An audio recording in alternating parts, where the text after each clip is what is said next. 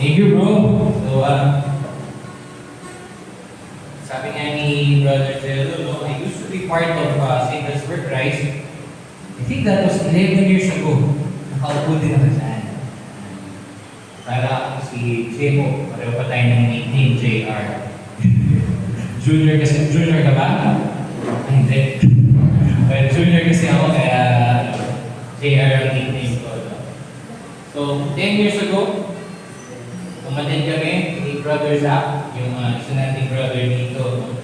ng Christian Life Program.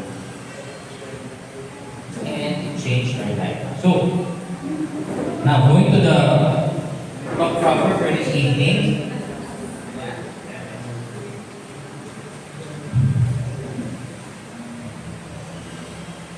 Ang talk po natin, ang title ay, Who is Jesus Christ?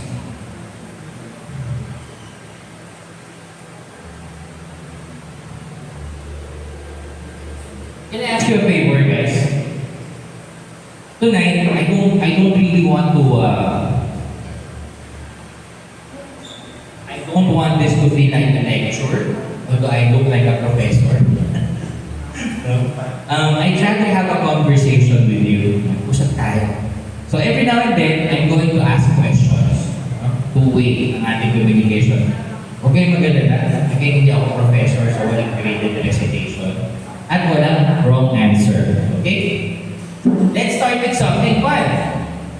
Para magpatisin natin. Raise your hand. No? How many of you, ang nakapag-stalk na sa Facebook? Come on, guys. Well, very good, no? Honestly. Alam mo na, this is Singles for Christ. No? We need to be honest. Malamang may tinignan ka ng Facebook profile, no? Sa Instagram, sa LinkedIn, hindi mo naman talaga kilala. O nagtinginan sila, no? Mga kilala niya yung in-stalk ni Dave. Pero hindi mo man siya kilala, pero alam mo na kung saan nag-aaral yung in-stalk mo. Alam mo na kung anong favorite coffee yung in-stalk mo. Alam mo na rin kung kailan ang birthday niya. Alam mo din na may aso siya. Alam mo nga na last week nag-vacation, diba? At maybe para sa mga brothers, alam niyo na rin ang future surname niya.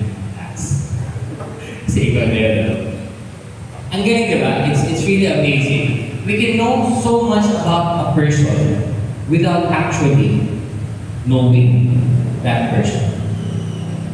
We can know so much about someone without actually knowing that someone.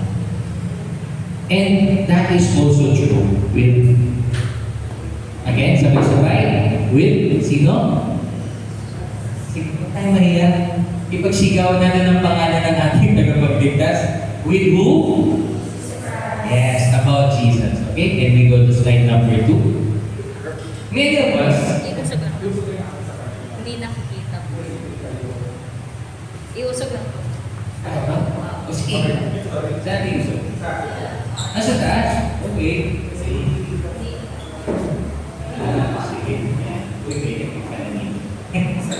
Sorry.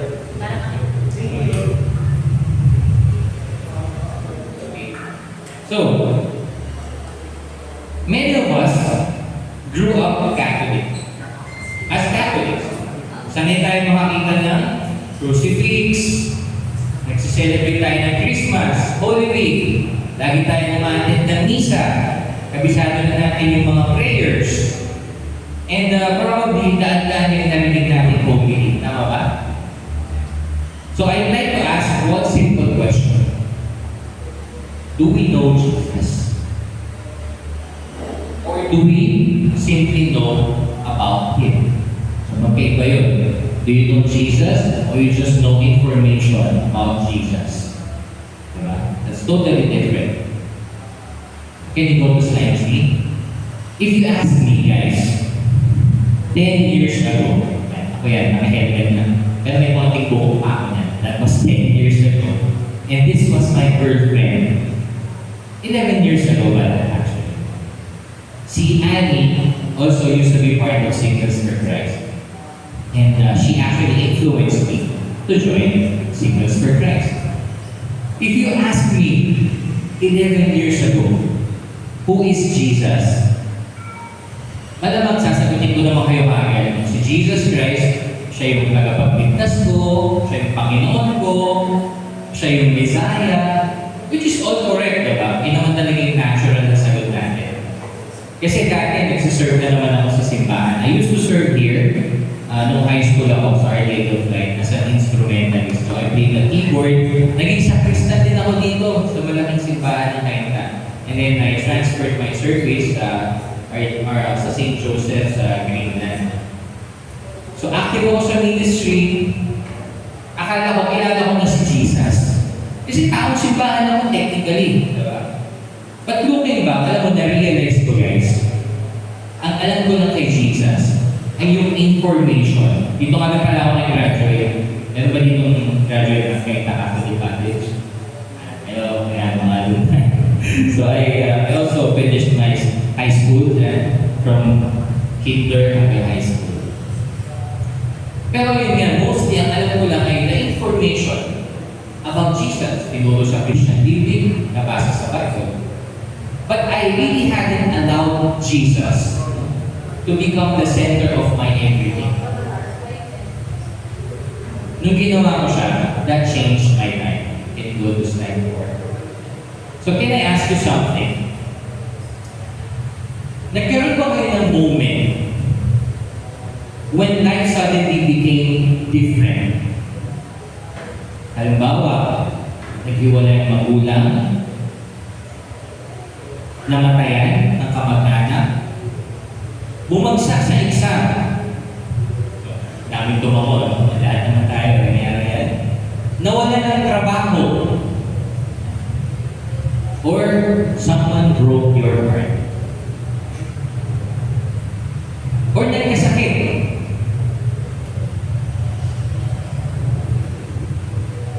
Marami kasi sa atin, sa panglabas natin, parang okay tayo. Pero deep inside, hindi talaga tayo okay. Kasi deep inside, pakiramdam mo, nawawala ka. Parang lost. I think every one of us, eventually, experiences in our lives, they change us. And for me, that moment, that came 7 years ago. So this was my wife, girlfriend ko pala siya dyan. And that was Annie, I think that was 3 years ago. And this was last year. So guys, 7 years ago, my wife was diagnosed with amyotrophic lateral sclerosis. So it's a neurodegenerative condition. Unti-unting mamamatay yung neurons ng tao. Hindi na siya makakapagsalita, hindi na siya makakalakad. Okay yung brain, perfectly normal yung thinking. Pero, hindi na kaya utusan ng brain yung body. So parang lang siya nakakrap. So humina yung asawa ko. Hindi na siya nakalakad, so naka-wheelchair na siya. Nahirapan na siya kumain. Hindi na siya nakapagsalita. Nung una namin narinig yung sakit, tumigil talaga yung mundo namin. Kasi marami kaming pangarap. Puno-puno kami ng pangarap. Tapos nung sinabi ng doktor yan, may 2 na kaming anak. Maliliit pa. And meron kaming binibuild na future together. We were even serving as couple coordinators for Signals for Christ dun sa chapter natin. So nagbago lahat. Alam nyo, at first, parang lahat naman tayo, no? Ang panalangin ko sa Panginoon, Lord, please fix this. Diba? Pag may problema tayo, kaya naman, diba? Ayusin mo naman to, Lord. I don't want this to happen. I don't want this life, Lord. So naniwala ako, umasa ako, umiyak ako, nagmakaawa ako. Pero hindi naman natapos yung karamdaman ng asawa. So ngayong gabi, hindi ko ito kinikwento sa inyo dahil ngayong gabi ay tungkol sa asawa ko. Dahil ngayong gabi ay tungkol kay, sabay-sabay natin yung sabihin ng pangalan niya, kay Jesus, no? Kasi si Annie, kung hindi naman siya nagkasakit, I honestly don't know if I would have discovered Jesus the way I know Him today. Sometimes, we don't really meet Jesus until magulo yung buhay natin. Until life removes all the things na akala natin, maaasahan natin. Let's go to slide number 5. So on the book of Mark, chapter 8, verse 27 to 29, Jesus asks His disciples, "Who do people say that I am?" They answered, "Some say John the Baptist, others Elijah, still others, they say one of the prophets." Then Jesus became very personal. "But who do you say that I am?" Notice, Jesus wasn't interested in public opinion. He wasn't asking, "So what does social media say about me? What does the crowd think of me? What's trending?" Para sa atin yan. He looked directly at His disciples. At saka tinanong niya, "What about you?" So tonight, brothers and sisters, I think He's asking us the same question. Not your parents, not your best friend, not the person beside you. You. Who do you say that I am? So for the next couple of minutes, brothers and sisters, I'm not asking you to agree on everything that I will say. What I'm asking you is to keep your hearts open. Kasi maybe, not just maybe, yung Jesus na narinig nyo all your life is someone you truly never have met yet. And if that's true, this evening could become much more than another talk. It could become much more than talk number 2. Because it could be the beginning of a friendship that would change your life. Go to the next slide. So, ang tanong ni Jesus, "Who do you say that I am?" Maybe we should first ask, who did Jesus say He was? Ano bang sabi na? Sino ba siya? Because if Jesus was simply a good teacher, then Christianity becomes just another philosophy. Maraming magaling na teacher, di ba?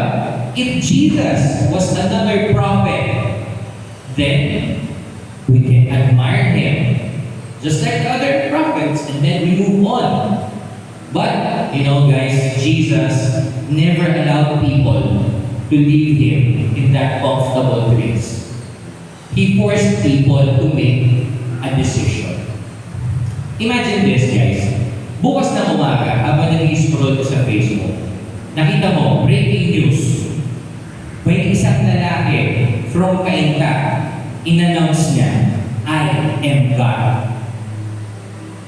Tapos sinabi niya, "I can forgive sins." Tapos sinabi rin ng lalaki, "I will judge the world. I and the Father are one." Yun ang sinabi ng lalaki, taga-Cainta. Malamang, no? Malamang marami sa atin iisipin, baliw siguro yun. Yung iba sa inyo iisipin, attention seeker yun. May mala. Kasi no normal person would make those claims. No normal person would make those claims, brothers and sisters. Let's go to slide number 7. But that's exactly what Jesus did. Sometimes kasi we picture Jesus as a kind man, diba? Mabait na lalaki, mahaba ang buhok, may palbas, gentle, soft-spoken, mabuti. And yes, He was gentle. He was compassionate. He welcomed children. Nagpagaling ng may sakit. Nagpatawad ng makasalanan. But don't miss this. Jesus also made some of the boldest claims in human history.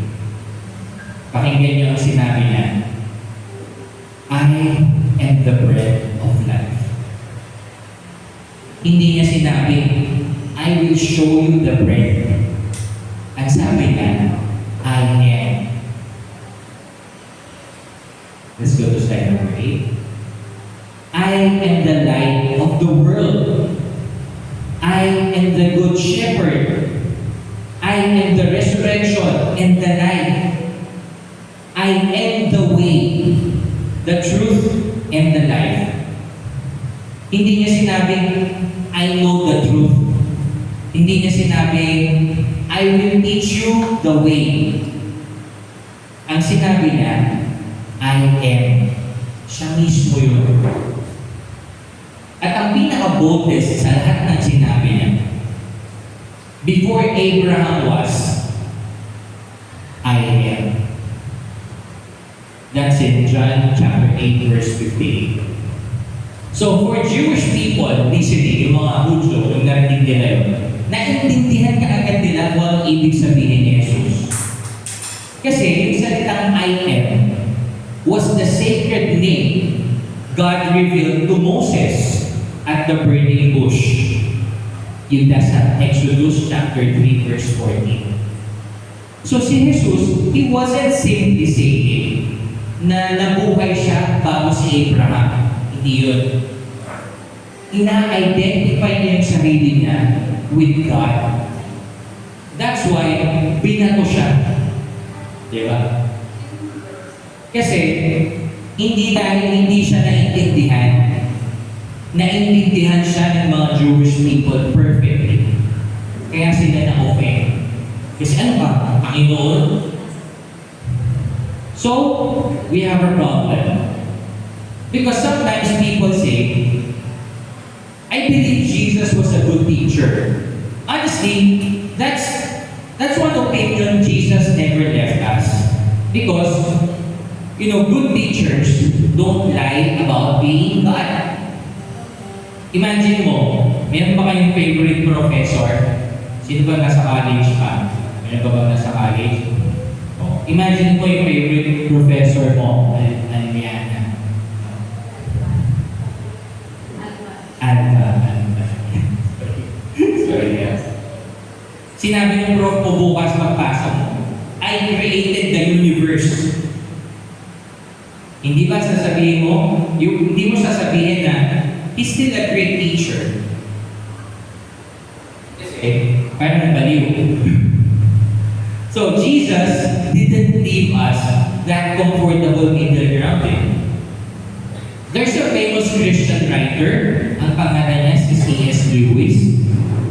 In-explain niya, sabi niya, a man who says the things Jesus said can only be one of three things. Either he knew he wasn't God, that would make him a liar. Or he sincerely believed he was God when he wasn't.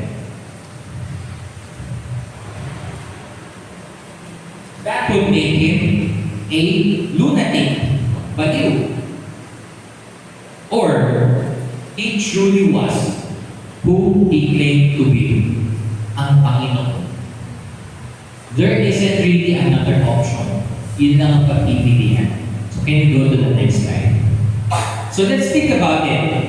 Yung bang sinungaling na tao, uubusin ba niya ang buhay niya para maglingkod sa iba? Yun bang sinungaling na tao, ihipo ba yun ng ketomi na walang ibang taong gustong umiko? Would a liar forgive his executioners habang nakapako yung mga kamay? Mayroon bang sinungaling who is willing to die for something na alam niyang kasinungalingan? History has many people willing to die for something they believe. Pero nobody willingly dies for something that they know is a lie. Diba? So Jesus didn't simply risk his reputation. He gave his life. So, baliw ba si Jesus? Was he insane? Maybe, nagkamali lang si Jesus. Ang ipaliwanag naman natin ito. Why do his words, after 2,000 years, still resonates until today? Schools, orphanages, missionaries, lahat nakapangalan kay Jesus. Bakit yung turo niya hanggang ngayon nakakapag-transform ng buhay ng tao sa bagong henerasyon ngayon? That was 2,000 years ago. People who lose touch with reality don't produce the greatest moral teaching the world has ever known. So kayo na yung sumagot, was he insane? Baliw ba si Jesus? Or is he Lord? Dahil if Jesus was not lying, at kung hindi baliw si Jesus, then perhaps he is telling the truth. And that's where things become uncomfortable. Because if Jesus really is Lord, then I can no longer treat him as just one part of my life. Hindi ko siya pwedeng gawing Sunday Lord. Hindi ko siya pwedeng gawing Christmas Lord. Holy Week Lord. Kasi pag tinawag mo siya ngayong araw na Lord, binibigyan mo siya ng authority sa buhay mo ngayon. At ang Panginoon, ang ibig sabihin nun, siya ang mamumuno sa buhay natin. Tinawag mo siya Lord eh. Diba? And that much makes life harder, brothers and sisters. Kasi hindi mo na lang siya hinahangaan. Binibigyan mo siya ng karapatan sa buhay mo para pamunuan ka. That changes everything. Can you go to slide number 10? So I'd like to tell you about my own struggle. Can I be honest with you? Kasi mahirap tong lesson na to for me. Nagkasakit ang asawa ko. Na-realize ko, okay naman sa akin na maging tagapagligtas ko si Jesus. Sino ba naman ang ayaw maligtas ni Jesus? I wanted healing. Gusto ko ng kagalingan. Gusto ko ng sagot. I wanted answers. But I wasn't sure I was ready for Him to be my Lord. Because if I call Him Lord, He remains God. Kahit na hindi ko naiintindihan ang nangyayari sa buhay ko. Kahit na mahirap yung nangyayari sa buhay ko. Malamang yung iba sa inyo ngayon na nakikinig, alam mo yung pakiramdam na yun, na wala kang sagot eh. Pero Panginoon mo siya. Malamang hindi sinagot yung panalangin mo. Or malamang hanggang ngayon, marami kang katanungan na dinadala sa puso mo. Malamang nabigo ka at one point in your life. Maybe until now, you're wondering, kung mahal ako ng Diyos, bakit nangyayari ko sa buhay ko? Totoo kong mga katanungan yun. At punong-puno ang Biblia ng mga tao na ganun din ang tinanong. Si Job, yun din ang tanong niya. Si David, tinanong din niya yun. Si Jeremiah, yun din ang tanong niya. Kahit po si Jesus ay umiyak at nagtanong. Hindi ba, sabi niya, nasa Garden of Gethsemane siya, My God, why have you forsaken me? Kasi Kasi po, ang faith natin, hindi po siya pretend-pretend lang. Totoo po yung mga katanungan natin. And faith is bringing those questions to God. Hindi tayo lalakad palayo sa Panginoon, dala-dala yung mga tanong na yun. Can you go to slide number 11? Alam niyo, brothers and sisters, there was one night, natutulog na po lahat. Ganyan po matulog ang misis ko. Meron po siyang tissue. Nakagat-kagat. Baka wala niya. Hectic. Okay? So, ganyan po matulog yung misis ko. Meron siyang, do you need another one? I have one in the car. Dalawang ba?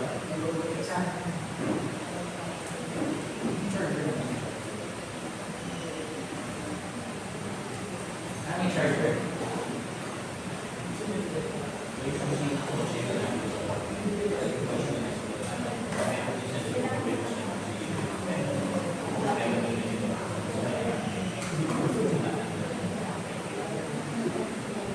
So yung misis ko po, kaya ako siya may kagat na tissue dahil namatay yung neuron sa bibig niya, meron siyang hypersalivation.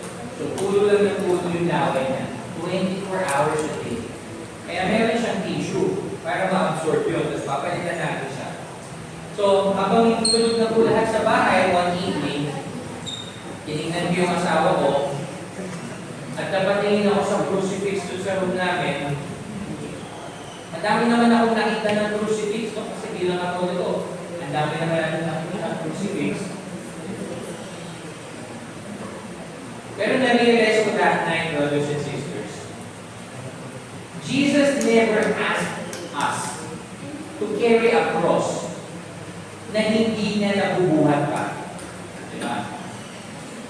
Kasi alam niya what suffering is like. Alam ni Jesus kung ano yung pakiramdam ng mawala ng kaibigan. Alam ni Jesus kung paano hindi maintindihan. Alam din ni Jesus kung paano pag-aksinan. May napag-aksinan na ba dito? Ladies? So alam ni Jesus yun. Alam ni Jesus yung pakiramdam ng umiiyak yung ina mo. Alam niya yung pakiramdam ng iniwan. And suddenly that night, I understood, brothers and sisters, na si God, hindi lang niya ako pinapanood na nagdurusa, na nagsasuffer. He had already entered suffering himself. Nauna pa siya na maghirap kaysa sa amin ng asawa. Yes, hindi naman nabago yung fact na may sakit pa rin yung misis ko. Hindi naman nawala yung mga luha namin. Pero, may nabago siya. Hindi ko na pakiramdam na mag-isa ako. Kasi naramdaman ko na napagnaanan naman yung Jesus ko eh. Sometimes kasi, we think na yung pananampalataya natin, pag nanampalataya tayo, makukuha mo na lahat ng sabot mo. Pero iba yung natutunan ko. Yung pananampalataya natin often begins when we trust. Trust the one who knows the answers. Kahit na hindi natin alam yung sagot. So, let me ask you tonight, hindi bilang speaker, ha? But someone who has struggled. Like, can we shift to slide number 12? Can you go to the next slide? Who is Jesus to you? A good man? A good teacher? A religious figure? Or is he truly Lord? Because, those answers, brothers and sisters, they lead to two different lives.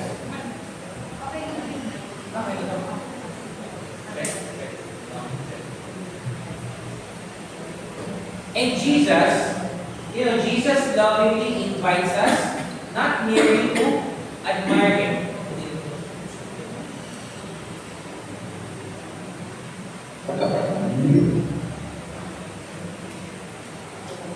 Check. Ah, di ba? Voice count.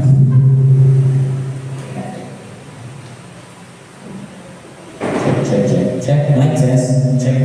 Mic test. Check. Mic test. Yan. Yun nga.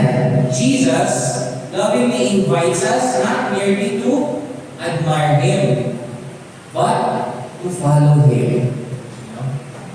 You know, brothers and sisters, that's why we have a prayer table there, prayer warriors. Because, nila to commercial. The enemy doesn't want this.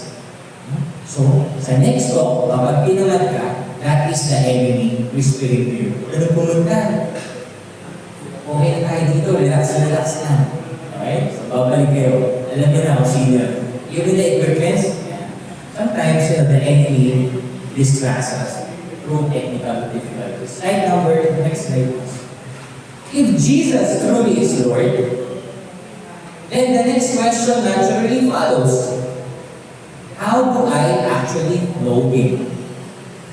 Not just believe certain things about Him, okay ba yun? Not just attend ng Mass, iba ba yun?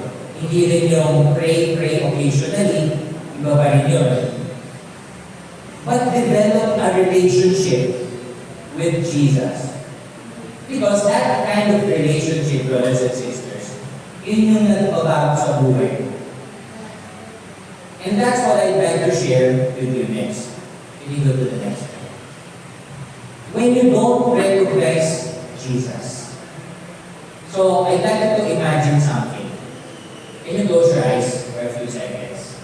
Para mas madali tayo mag-imagine. Walang distraction. Come on, close your eyes and imagine, naglalakad ka sa isang mahabang kalsada, pagod ka na, umiiyak ka pa, disappointed ka pa, yung pinapangarap mong bukas ay wala na, bumuho na. Yung plano na inayos mo para sa buhay mo, hindi nangyari. And maybe, a relationship ended, or a family is not okay. Maybe you've been praying for years, pero parang wala naman nangyayari. Now open your eyes. Does that sound familiar? Meron ba parang, tinamaan ako doon? Because that's exactly where today's gospel begins. Can you go to slide? I'd like to tell you again, itong road to Emmaus. Kasi after Jesus died, di ba may dalawang disciples, umalis sila sa Jerusalem. They weren't celebrating, they weren't singing, they weren't preaching. Umalis sila, they were leaving. Umalis na. Bakit sila umalis? Kasi akala nila, tapos na. Everything they hoped for ended on Good Friday. Patay yung boss, patay na si Jesus. Minsan ba parang gano'n din makaramdam natin? Diba? Wala na, tapos na. Maybe not because someone died, maybe because yung pangarap mo parang namatay. Parang wala yung pinapangarap mo, o yung pinaplano mo, o yung kumpiyansa mo sa sarili mo parang nawala, o yung relasyon mo namatay. Sometimes, life has a way of making us walk our own Emmaus road. So, si Jesus, naglakad siya beside the two disciples. Ito yung favorite part ko eh. Habang naglalakad sila, yung dalawa, lumapit si Jesus. Nakipag-usap pa, nakinig sa kanilang dalawa. But, brothers and sisters, the gospel says, hindi nila namukhaan si Jesus. Alam niyo yung tingin na yun, that always fascinated me. Parang, talaga? Hindi nila namukhaan? Jesus was there, but the two of them cannot see Him. Ngayon, I'd like to share something personal. For 7 years, guys, yung bahay namin, and then Emmaus Road. Every morning, yung journey ko with my sick wife, it continued. Gigisingin ko si Annie, bubuhatin ko, ililipat ko sa wheelchair, pakakainin ko, papaliguan ko, yung mga bata na dalhin sa school, prepare ng food, pumunta sa ospital, magpapainom ng gamot, suction machine dito, suction machine doon. Ayaw niyo po mag-diapers, no? So ililipat ko siya sa comfort room, ibabalik ko na naman siya sa wheelchair. Paulit-ulit. Sa gabi, hindi naman siya nakakatulog agad. No? You usually sleep at around 3 a.m. I wake 6 a.m. kasi makahati na naman sa kanya. Everything. Paulit-ulit. Sometimes, sasabihin ng mga tao sa paligid ko, Rick, ang lakas mo naman. Miniti lang ako. You know? Kasi honestly, I don't always feel strong. May mga umaga na hindi ko na alam kung saan kukuhanin yung strength ko. May mga gabi, tulog na lahat. Uupo lang ako sa isang sulok. Hindi ko na nga alam kung ano yung pagdadasal ko. Nakapagdasal na ba kayo ng walang salita? Luha lang. I think many of us have. But you know, here's what's beautiful. Habang isinasabuhay ko yung paglalakbay namin mag-asawa, I kept asking, Lord, nasaan ka ba? Kasi gusto kong baguhin niya yung situation ko. You know, that's my wife, Annie. And that is her way of communicating with me. Through the grace of God, I found a foundation from the US. Binigyan kami ng Linkering Communication Device. That tablet detects the retina movement of my wife. And nakakapag-type siya dyan. And may text-to-speech function. So, for 3 years, ganyan kami mag-usap. So, may message na ako, nasasabi niyo kailangan na dahil dyan sa device niya. And you know, that picture was taken a week before she passed away. Hindi na siya makaupo. Nakahiga na lang siya. So I needed to fix that cabinet into a position na makakontrol pa rin ang eyes niya kahit nakahiga siya. So yun nga, no? I kept on praying, I kept on asking. Gusto kong pagalingin ng Panginoon si Annie. Gusto ko nang tanggalin ni Lord yung cross na dala-dala namin. But you know, looking back now, I see something I couldn't see then. May hindi rin ako nakita. Pag nagbalik na naman ako ngayon. You know, Jesus was walking beside us all the time. Parang yun sa Emmaus. Hindi ko lang siya namumukaan. Parang yung dalawang disciples. Next slide. So how did I miss him? Ay, hindi ko siya nakilala. You know, because I expected Jesus. I expected Him. Saan? Sa Himala. I expected Him in healing, in answered prayers, in dramatic signs. Pero Jesus came differently. Hindi naman gumaling yung asawa ko. He came through people. Yung mga tao na tumulong sa amin for 7 years. Yung mga doctors, yung mga pare, yung mga madre, yung mga tao sa Opus for Christ, yung mga kapitbahay, kamag-anak, kaibigan, kahit yung mga hindi ko kilala, even strangers came to the rescue. Sometimes, you know, brothers and sisters, Jesus doesn't always calm the storm immediately. Sometimes, bibigyan ka lang na ng kasama para umupo, manantay dun sa bangka mo habang bumabagay pa. At yun po ang nangyari sa akin. I was jobless for 7 years. Patingin siya. Kaya. No income for 7 years. How did I survive? I have 3 boys. I have a sick wife. Jesus sent all sorts of people in our lives. Every day, graces upon graces.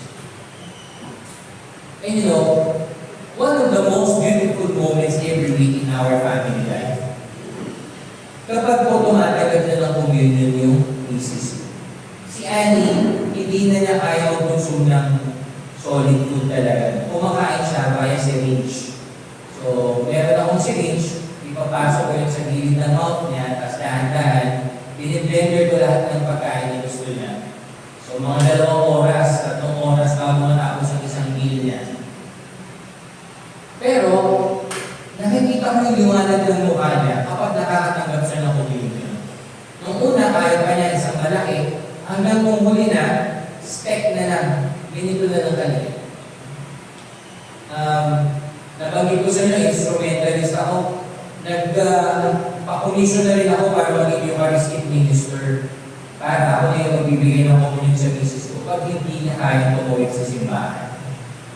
So iba yung epekto sa kanya ng Eucharistia. Kasi yung Eucharistia ay ang totoo katawan ng Panginoong Jesucristo. Gumagaling daw siya, lumalakas siya every Sunday kapag nakakatanggap siya. At alam niyo ba kung ilang beses magsimba online ng misis ko? Nung bago siya mamatay, 4 na beses na sa maghapon. Umaga, tanghali, hapon, gabi. Kasi nung malakas pa siya, araw-araw siya nagsisimba. Nung nakilala ko siya 11 years ago, she was already a daily mass goer. 6 a.m. Bago siya pumasok sa trabaho, magsisimba muna siya. So nung nakasama ko siya, hindi magkasawa kami, na-influence na rin niya ako. I also did daily masses na rin. And we go to slide number 18. So, guys, do you remember what finally happened dun sa Emmaus going back? Di ba nakilala na nila si Jesus during the breaking of the bread? Hindi habang naglalakad sila, hindi habang nakikipag-usap sila kay Jesus, but during the breaking of the bread. Does that sound familiar? Breaking of the bread. Because that happens every Mass. Tuwing nagmimisa tayo, ipinapakita pa rin ng Panginoong Jesucristo, eto ako, JR, eto ako. So during consecration, you look at that bread because that transforms into the true body of Christ. Ang sabi niya sa katuruan ng Katoliko, the source and summit of Christian life. Yun yung you guys. Can you go to slide number 1? So people often ask me, guys, what was the greatest lesson I learned during those 7 years? So yun po yung tatlo namin anak, mga bibig pa. Buti, nakita niya yan, lumaki sila, kahit konti. Sometimes siguro, people expect me to say, pasensya. Siguro, na-develop mo yung trip, haba na ng pasensya mo. Others would say, strength. Alam niyo po, kaya yung misis ko, pero mabigat yan. No? Dead weight kasi yan. Wala nang lakas talaga yan. Kakabuhat ko ba naman araw-araw? No? Actually, a week after ko namatay yung misis ko, napansin ko na wala yung sakit na katawan ko. Pero hinahanap namin ko. Kasi hindi na nawala yung mga sentidos ko, kakabuhat. Pero namimiss ko na ngayon, yung sakit na katawan. Perseverance, no? Pagpupursige, yun ba? Oh, yes, those are all true. But I think the greatest lesson was this. I discovered Jesus through that journey. Not because everything became okay. Hindi nga naging okay. Not because suffering disappeared. No, brothers and sisters, hanggang huling sandali. But because His presence became more real. Naging totoo na yung presensya ni Jesus sa buhay ko. Tinalo yung takot ko. Matutulog ako, takot ako eh. Saan ako kukuha ng pambili ng gamot bukas? Imagine magigising ako, may magpapadala sa akin ng chitas, random. Tatanungin ko, sino po sila? Para mapagpasalamat ako. Hindi naman sasagot. So, ano yun? Diba? Isipin ko na lang, mga angels talaga ito, pinadala. My 3 boys started schooling Hindi ko kilala kung sino nag-enroll sa kanila. May ng tuition fee pala. Hanggang sa huli, hindi ko na nakilala. Beautiful graces. And that was the difference. Kasi, it changed not really my situation, but I started discovering truthfully my Savior. Alam niyo po, nung huli na, bandang huli na, hindi na talaga makakilo si Annie, hindi niya mayakap yung mga anak namin.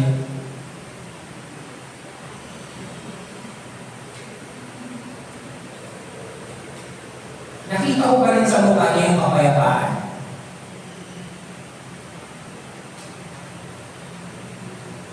Nung kung nakita ko ang asawa ko noong February 19, nakataob siya sa kama. So for some reason, bumulong siya, hindi mo na nakakagalaw yun. Nag-iwan ko siya, umatin siya ng misa ng Quiapo, yung pang-lunch, pang-noontime mass.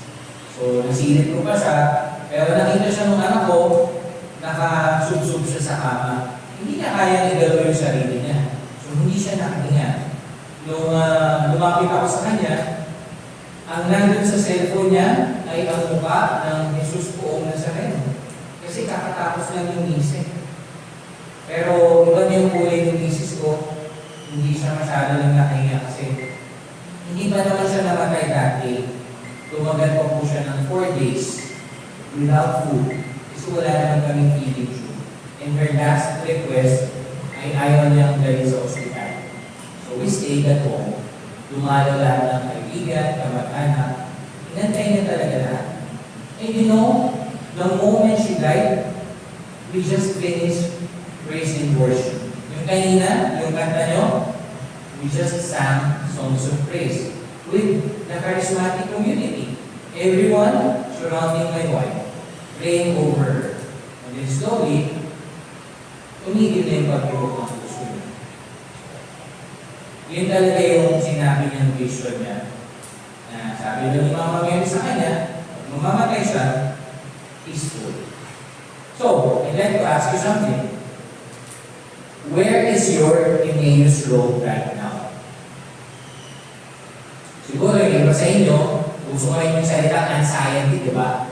Mental health and anxiety. Yung iba sa inyo siguro, waiting for the right person. Ano ba nun? Taas na mamay, waiting for the right. Ayun si James, waiting for the right time. Maybe yung iba sa inyo, trying to prove yung sarili, no? Gusto mo na may mapatunayan. Baka yung iba sa inyo, pagod. Maybe yung iba sa inyo, silently believing. Na hindi alam ng iba. Pero, tandaan nyo, Jesus is already walking beside you. Hindi nyo ba lang siya nare-recognize? Para yung kwento ng road to Emmaus. So, can you go to slide number 20? A few slides na lang. The disciples didn't stay in Emmaus. Nung nakilala na nila si Jesus, they immediately returned to Jerusalem. Kasi may nagbago. Hindi naman naging madali yung buhay. Na-encounter kasi nila yung risen Christ. And that brings me to my final question tonight. Guys, if Jesus has been walking beside you all this time, what will your response be? Kasi, naglalakad lang pala siya kasama nyo sa paglalakbay nyo. Can you go to the next slide? Who do you say that I am? Yun yung question niya, di ba? Sino daw ba siya? Who do you say? Ikaw, para sa'yo. Sino siya? Pinag-usapan na natin yung history, pinag-usapan na natin yung mga claims, naglakad na tayo sa road to Emmaus. We've seen how Jesus meets us in our joys and in our suffering. Now, everything comes down to one question. D10. Hindi theological exam to. Isa lang. Sabi ni Jesus sa disciples niya, sa Matthew chapter 16, verse 15, "But who do you say that I am?" So pansinin nyo, Jesus didn't ask Peter, ano sa tingin mo? Anong sabi ng nanay mo? Sino ako? Hindi naman yung tinanong, ano sabi ng parish priest? Sino daw ako? Ano sabi ng kaibigan mo? Sino daw ako? Hindi. It was a personal question. Why? Because faith is always personal before it becomes public. Slide 22, please. So, I'd like to ask you something. Sino dito ang lumaki sa Catholic family? Nasa kamay? How many learned their first prayer from your parents? Nasa kamay? Tinuruan kayo magdasal ng parents ko, ng bata? So, ilan dito ang dinala kayo ng magulang nyo sa simbahan ng bata? Diba? Ang ganda. Pero, dadating tayo sa lito ng buhay natin, na yung pananampalataya, hindi na natin siya pwedeng hirangin. Yung mga magulang nyo, your parents cannot believe for you forever. Yung mga kaibigan nyo, they cannot pray for you forever. Sino dito ang may kamag-anak na singles for Christ? Couples for Christ? Hindi na nila kayo kaya ipag-pray forever. Yung community cannot make your decisions for you anymore. Dahil one day, yung pananampalataya nyo guys, will be your own. Sa inyo na yan yung pananampalataya nyo. And tonight, brothers and sisters, tonight, perhaps, that day is today. Slide 22. So you know, I never expected ALS, yung sakit ng misis ko na maging parte ng family story namin. Kung if someone had told me years before, Rick, alam mo yung misis mo will slowly lose the ability to eat, to speak, and one day you will have to let her go. I probably would have said, no, Lord, please, don't, please not us. Kasi wala naman nag-volunteer para maghirap, di ba? Nobody wakes up praying, Lord, padala mo ko ng cross ngayong araw. Kasi naturally, ang pinagdadasal natin, kagalingan, di ba? Tagumpay, answered prayers, and there's nothing wrong with that. Si Jesus himself prayed in Gethsemane. Sabi niya, di ba? Father, if it is possible, let this cup pass from me. Pero, kung maaalala niyo yung Bible verse na yan, na lagi natin naririnig kapag Holy Week, di ba? Hindi naman siya doon natapos. Nagpatuloy yung panalangin ni Jesus. Ano yung ending part? Ang sabi niya, yet not my will, but yours be done. Yet not my will, but yours be done. Brothers and sisters, for many years, ang focus ng prayer ko, yung first part, Lord, remove this, tanggalin mo to, ayoko nito, pwede bang ganito, bigyan mo ako nito. Eventually, I discovered the second part. Lord, if you choose not to remove this, please stay with me. And you know, that prayer changed me. Many people believe in Jesus, di ba? Ilan na ba ang Catholics ngayon? How many? We're wrapping up. How many? I think 1.4 billion Catholics all around the world. But believing and surrendering are not always the same. Ako, I believe naman in Jesus, bago nagkasakit yung asawa ko. Pero habang nag-journey kami, slowly, I learned something deeper. Every morning, I had a choice. Would I trust Jesus again today? Hindi next year ang usapan na. Hindi pa forever. Just today. Ngayon lang araw na to.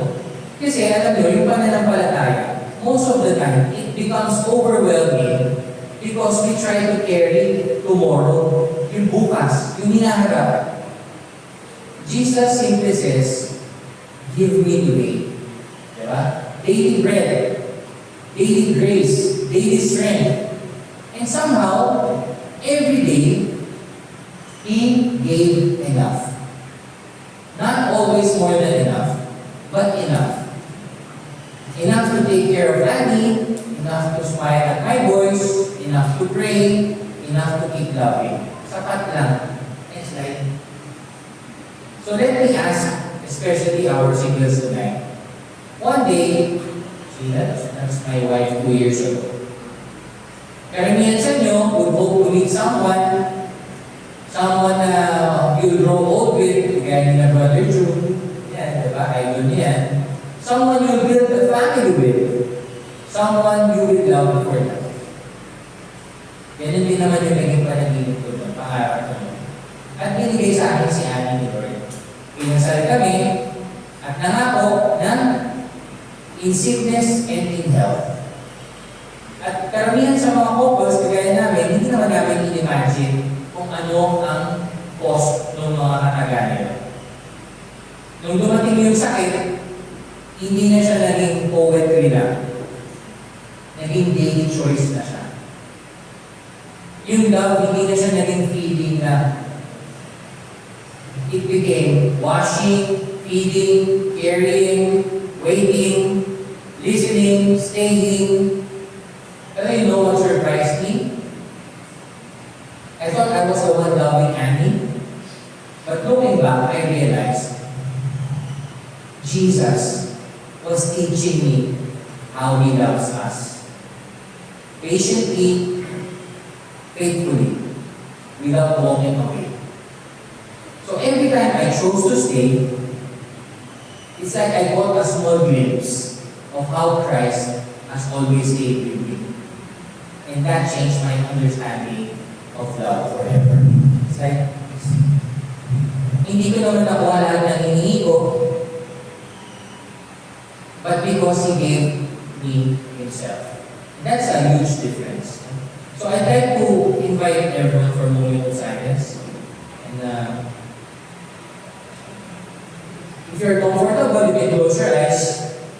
So just silence. Imagine, pumasok si Jesus sa room na to.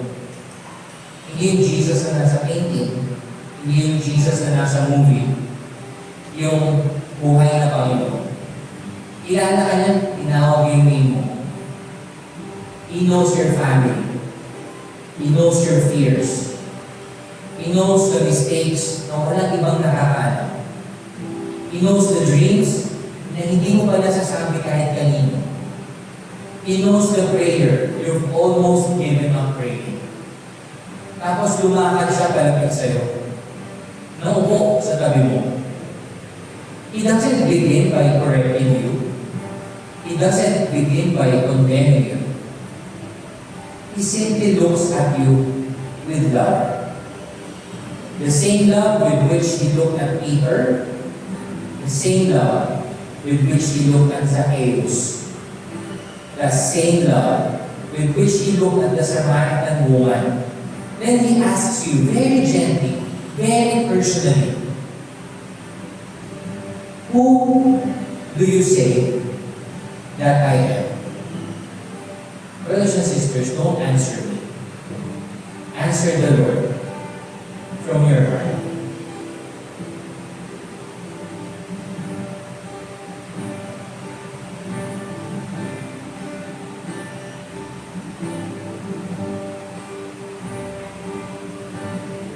Now open your eyes.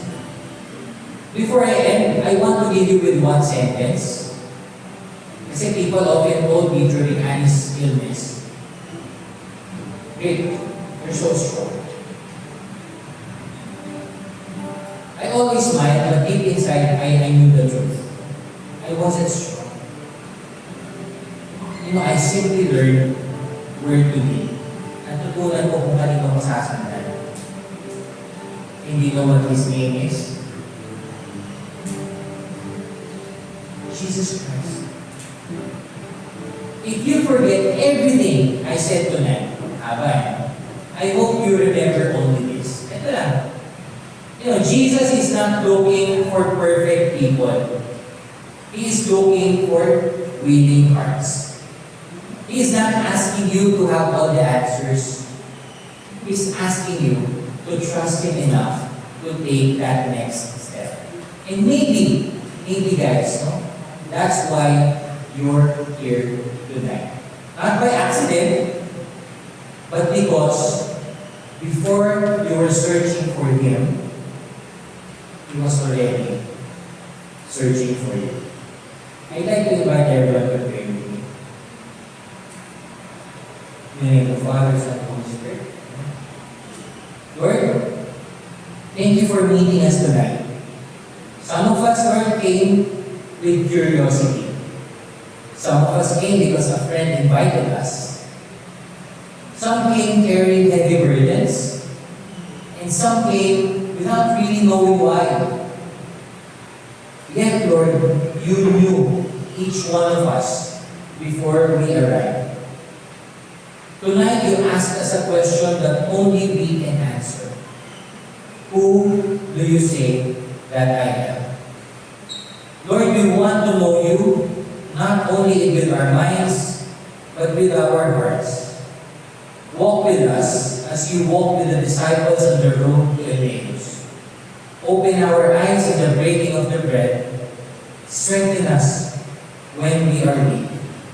Guide us when we are confused. Comfort us when we grieve. Teach us to trust you, not only when life is beautiful, but also when life is difficult. May this evening not end as another talk we attended.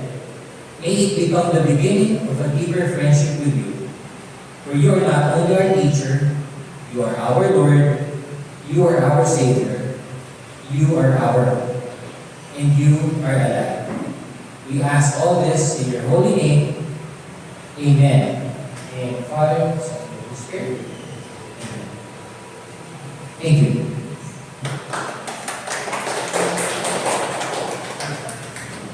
And brother, for sharing your story and sharing the word of God. Before we end, meron kami simple card. Meron say hi.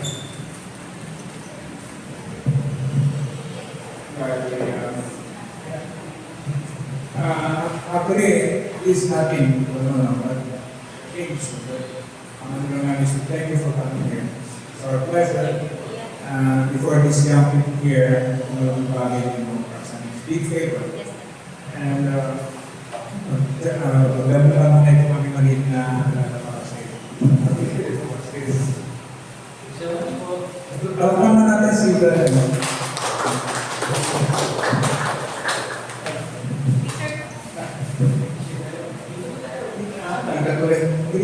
Tita. My wife.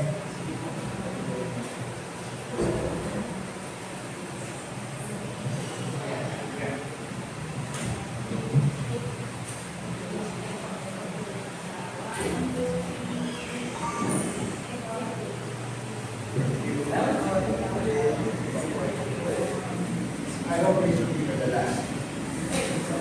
Make it sure. Thank you so much. Version?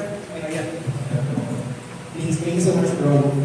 Before we proceed sa next activity natin, let's not happen.